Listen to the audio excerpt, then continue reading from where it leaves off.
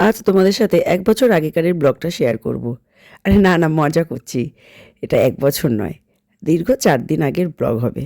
২৮ তারিখের ব্লগটা আজকে তোমাদের সাথে শেয়ার করব। যেহেতু এটা ২০২৬ সাল আর ওটা ছিল ২০২৫ সাল, তাই একটু মজা করে নিলাম বছরের শুরুতে।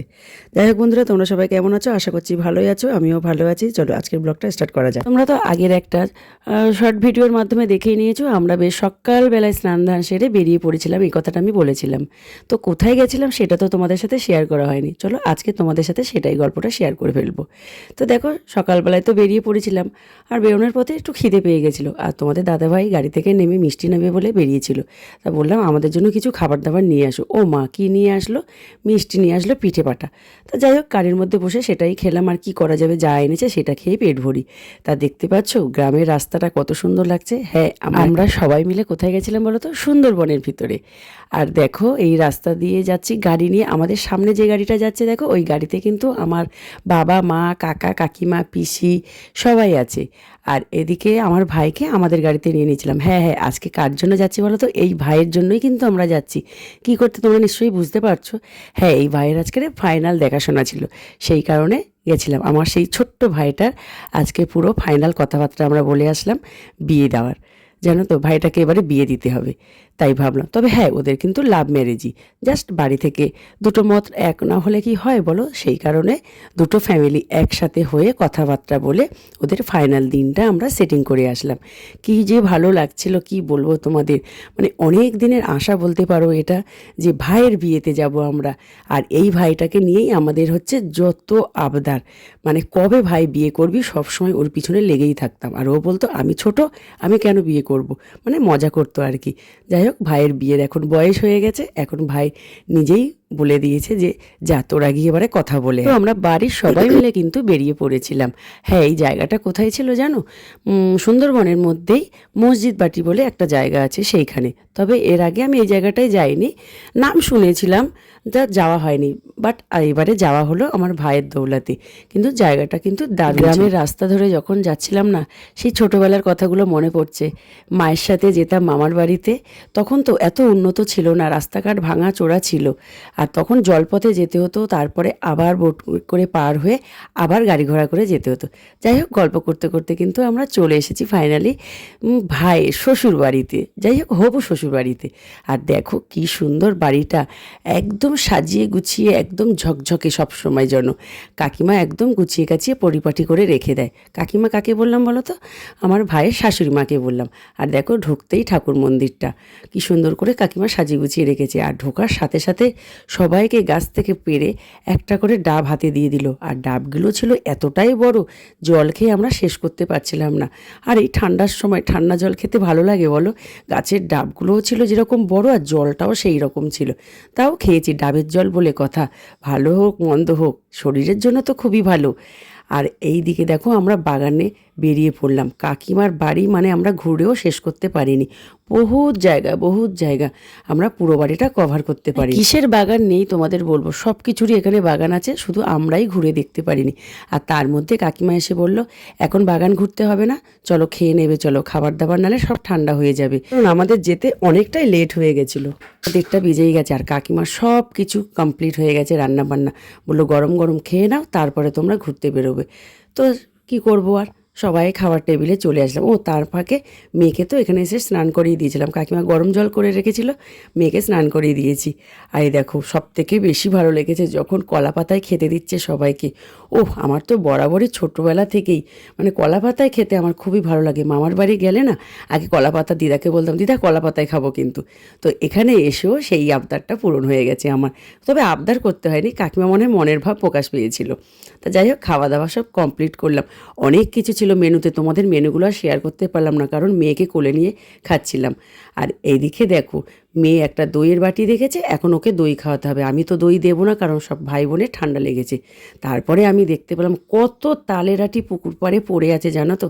খাওয়ার লোক নেই কাকিমার, কি করব, আমিই নিজেই কেটে খেতে বসে পড়লাম। ও মা খাওয়া দাওয়ার পরে কাকিমা সুন্দর করে পান সেজে রেখেছিল। তবে আমি আর পান খাইনি, কাকিমারা সবাই পান খেয়েছে। মানে আমার কাকিমা মারা সবাই খেয়েছে, আমি আর পানটা খেলাম না। তারপরে দেখলাম কাকিমার বাড়িতে কী কী ফুলের গাছ আছে, কী কী আমি বাড়িতে নিয়ে যেতে পারবো। এটাই তো বরাবরই আমার একটা স্বভাব, কারোর বাড়িতে কোনো গাছ দেখলে আমারও একটা নিয়ে যেতে হবে। কী করব, এটা তো আর বদলানো যাবে না। তারপরে কাকিমার বাড়িটা একটু ঘুরে ঘুরে দেখবো বলে আমি একা একাই বেরিয়ে পড়লাম প্রতিটা রুমে রুমে। দেখো কী সুন্দর পরিপাটি করে কাকিমা সাজিয়ে রেখেছে, সব কিন্তু একা হাতেই করে। দুই মেয়ে কলকাতায় থাকে পড়াশোনার জন্য, ওরা থাকতে পারে না বাড়িতে, সব কিছু কাকিমা একা হাতে সামলে নেয়। তারপরে বিকালবেলার দিকে বলল চলো একটু নদীর পাড়ে ঘুরে আসি, পাশেই তো নদী আছে। তা ভাবলাম অনেক দিন নদীর পাড়ে যাওয়া হয়নি, যাই একটু ঘুরে আসি। তো দেখতে পাচ্ছ লাল শাড়ি পরা, হ্যাঁ এটাই আমার ভাইয়ের বউ হবে। তবে তোমাদেরকে এখন মুখটা দেখালাম না, মুখটা নাই তোমরা পরে দেখলে, একেবারে বিয়ের সময় তোমাদেরকে দেখাবো। আর এই দেখো আমরা সব চলে এসেছি নদীর পাড়ে, কী যে শান্ত পরিবেশ, কী ভালো যে লাগছিল বলার মতো না। আর ওই বোটটা না আমাদের চড়ার খুব ইচ্ছা ছিল, চড়তে পারিনি কেন বলো তো, একদম ফাঁকা বোট। এখন বোটটা ভর্তি হবে তারপরে নিয়ে যাবে, ততক্ষণে আমাদের অনেকটা দেরি হয়ে যাবে। কারণ আমাদের তো ফাইনালি কথাবার্তাগুলোই বলা হয়নি, শুধু খাওয়া হচ্ছে আর ঘোরা হচ্ছে। আর কাকিমা এত যে অ্যারেঞ্জমেন্ট করে রেখেছিল খাওয়া দাওয়ার, তোমাদেরকে বলে শেষ করতে পারবো না। তোমরা তো ভিডিওর মাধ্যমে দেখতেই পেয়েছো খাওয়ার পাতে কত কিছু ছিল, মানে ফ্রাইড রাইস থেকে আরম্ভ করে মাছ মাংস আর পুকুর থেকে মাছ ধরা, আর সমস্ত কিন্তু কাকিমার বাড়ির, মুরগিও কাকিমার বাড়ির আর মাছও কাকিমার বাড়ির। আর এমনকি বিকালে স্ন্যাক্স যত বানিয়েছে কাকিমা সব কিছু বাড়ির, সব হোমমেড, বাইরে থেকে কাকিমা কিছুই নিয়ে আসেনি, মশলাপাতিটাই শুধু বাইরে। জানো তো এত ভালো লাগছিল কি বলবো তোমাদেরকে। আর কাকিমা যে এত কর্মষ্ঠে তোমাদেরকে সে ভাষায় বলে প্রকাশ করাতে পারবো না, সে নিজের চোখে না দেখলে হয়তো। সেই রাত 2টো থেকে উঠে সব কিছু অ্যারেঞ্জমেন্ট করে রেখেছে। আর এখানে দেখো এইগুলো হচ্ছে খেজুরের গুড় দিয়ে কাকিমা কি বলে এটাকে, দই বড়া না রস বড়া বলে এটাকে, রস বড়া করে রেখেছিলো। আমি অত ভুল ত্রুটি হলো ক্ষমা করে দিও, ঠিক আছে। আয় দেখো আমার কাকিমা একদম ভাজাভুজিতে ব্যস্ত। সিঙ্গারাটাও নিজের হাতে পুর তৈরি করে, আবার বাড়ির কে একজন ফুলকপি দিয়ে গেছে, সেই ফুলকপি দিয়েই পুর তৈরি করে ভাজছে কাকিমা আমাদের সবার জন্য। তার সাথে ছিল মোচার চপ, তাও বা কাকিমার বাড়ির গাছের মোচার চপ। তারপরে সবথেকে মেয়েদের লোভনীয় জিনিস কী বলো তো, ফুচকা।